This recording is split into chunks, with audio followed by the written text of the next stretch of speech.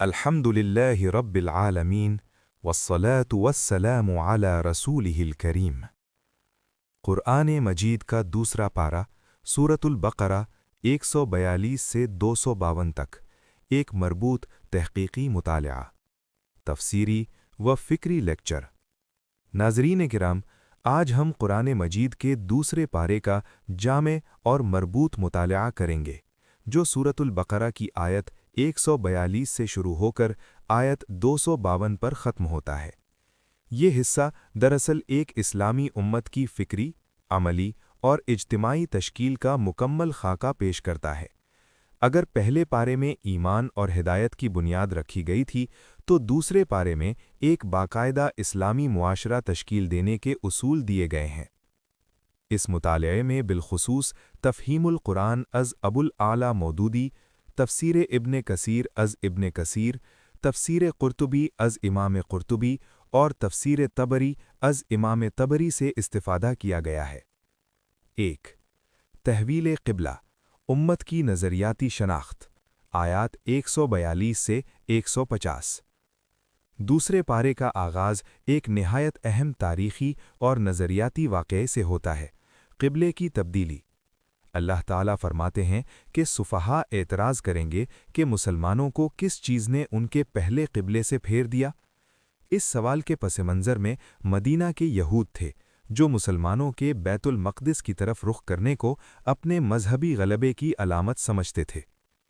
آیت 143 میں فرمایا، وَكَذَلِكَ جَعَلْنَاكُمْ أُمَّةً وَسَطًا۔ یہ آیت دراصل امت مسلمہ کی عالمی ذمہ داری کا اعلان ہے۔ امت وسط کا مطلب ہے معتدل، عادل اور گواہ حق امت۔ ابن کثیر کے مطابق وسط سے مراد بہترین اور عادل امت ہے۔ قبلے کی تبدیلی دراصل 3 مسامح دیتی ہے۔ 1. امت مسلمہ کی مستقل شناخت۔ 2.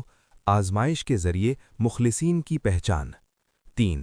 حضرت ابراہیم کی ملت سے وابستگی کا اعلان۔ یہ واقعہ ظاہر کرتا ہے کہ اسلام صرف عبادت نہیں بلکہ ایک مکمل تہذیبی خود مختاری کا نام ہے۔ 2. صبر، نماز اور آزمائش کا فلسفہ، آیات 153 سے 157 تک۔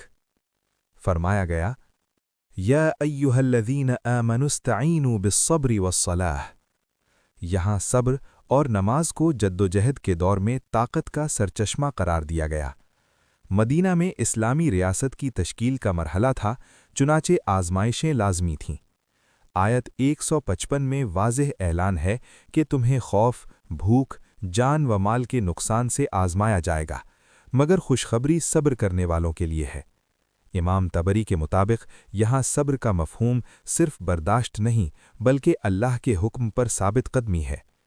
آیت 154 میں شہداء کو مردہ نہ کہنے کی ہدایت ایمان کے تصور حیات کو وسعت دیتی ہے۔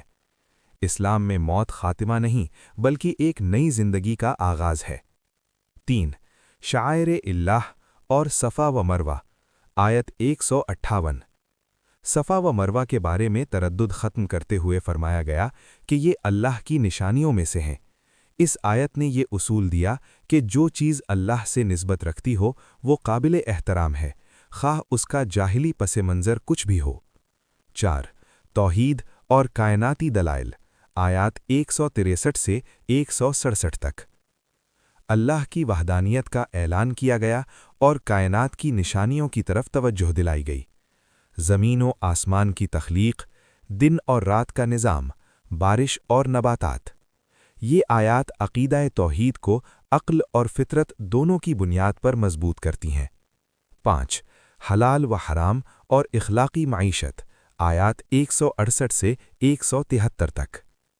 یہاں خوراک کے اصول بیان کیے گئے۔ پاکیزہ چیزیں کھاؤ، شیطان کے نقش قدم پر نہ چلو، مردار، خون، خنزیر اور غیر اللہ کے نام کی چیز حرام ہے۔ یہ آیات اسلامی معاشرت میں پاکیزگی اور اعتدال کی بنیاد رکھتی ہیں۔ 6. قصاص، عدل کا نظام، آیات 178 سے 179 تک۔ وَلَكُمْ فِي الْقِصَاصِ حَیَاةٌ۔ قصاص کا قانون دراصل معاشرتی توازن قائم کرتا ہے۔ ابوالعلا مودودی کے مطابق یہ قانون قبائلی انتقام کے نظام کو ختم کر کے قانونی عدل قائم کرتا ہے۔ قصاص میں معافی کی گنجائش بھی رکھی گئی تاکہ عدل کے ساتھ رحمت کا پہلو بھی برقرار رہے۔ 7 روزے کی فرضیت اور روحانی تربیت، آیات 183 سے 187 تک۔ کتب علیکم الصیام، روزے کو تقوی کے حصول کا ذریعہ بتایا گیا۔ رمضان کا مہینہ قرآن کے نزول کا مہینہ قرار دیا گیا۔ آیت 186 میں دعا کی قبولیت کا ذکر اس بات کی علامت ہے کہ روزہ بندے کو اللہ سے قریب کرتا ہے۔ 8 جہاد و قتال کے اصول، آیات 190 سے 195 تک۔ یہ پہلی آیات ہیں جن میں قتال کی اجازت دی گئی۔ ظلم کے خلاف دفاع، زیادتی سے اجتناب، امن کی پیشکش قبول کرنا۔ اسلامی جہاد جارحیت نہیں بلکہ ظلم کے خاتمے کے لیے ہے۔ تفہیم القرآن میں اس پہلو کو وضاحت سے بیان کیا گیا ہے۔ 9 حج کے احکام، آیات 196 سے 203 تک۔ حج اور عمرے کو مکمل کرنے کا حکم دیا گیا۔ احرام، قربانی اور ایام تشریق کے مسائل بیان ہوئے۔ یہ عبادت امت کی عالمی وحدت کا مظہر ہے۔ 10 خاندانی اور معاشرتی قوانین، آیات 221 سے 242 تک۔ یہ حصہ اسلامی معاشرت کی اخلاقی بنیاد رکھتا ہے۔ مشرکین سے نکاح کی ممانعت، ایام حیض کے احکام، طلاق کے اصول، عدت کے مسائل، رضا عداد۔ امام قرطبی نے ان آیات کو فقہی احکام کا خزانہ قرار دیا ہے۔ اسلام نکاح کو مقدس معاہدہ اور طلاق کو ناپسندیدہ معاہدہ مگر جائز حل کے طور پر پیش کرتا ہے۔ 11 انفاق فی سبیل اللہ، آیات 261 سے 274 کا تسلسل، مگر پارے کی حد تک 245 کا حوالہ۔ اگرچہ مکمل تفصیل اگلے پارے میں آتی ہے مگر یہاں مالی قربانی کی بنیاد رکھی گئی ہے۔ من ذا الذی یقرض اللہ قرضا حسنا، 245۔ یہ آیت اللہ کی راہ میں خرچ کرنے کو قرض حسنہ قرار دیتی ہے۔ 12 طالوت، جالوت اور داؤد علیہ السلام، آیات 246 سے 252 تک۔ یہ واقعہ دراصل قیادت اور اجتماعی نظم کا سبق ہے۔ بنی اسرائیل نے بادشاہ کا مطالبہ کیا، اللہ نے طالوت کو مقرر کیا، حالانکہ وہ مالدار خاندان سے نہ تھے۔ امتحان کے لیے دریا کا واقعہ پیش آیا، اکثریت ناکام ہوئی، قلیل مگر مخلص جماعت باقی رہی۔ پھر جالوت کے مقابلے میں حضرت داؤد نے اسے قتل کیا۔ یہ 3 اصول دیتا ہے۔ 1 قیادت نسب یا مال سے نہیں بلکہ صلاحیت سے ہوتی ہے۔ 2 کامیابی تعداد سے نہیں بلکہ ایمان سے ہوتی ہے۔ 3 اللہ کی نصرت صبر اور تقوی کے ساتھ مشروط ہے۔ امام طبری کے مطابق یہ واقعہ امت کو اجتماعی نظم و ضبط کا درس دیتا ہے۔ مجموعی پیغام، دوسرا پارہ دراصل ایک مکمل اسلامی معاشرے کا آئین ہے۔ یہ ہمیں سکھاتا ہے کہ امت کی شناخت نظریاتی بنیاد پر ہو، عبادات کردار سازی کریں، عدل و قصاص معاشرے کو زندہ رکھیں، خاندان محفوظ ہو، جہاد ظلم کے خاتمے کے لیے ہو، قیادت ایمان اور صلاحیت پر قائم ہو۔ یہ پارہ ایمان، عبادت، معاشرت، سیاست اور معیشت سب پہلوؤں کو یکجا کرتا ہے۔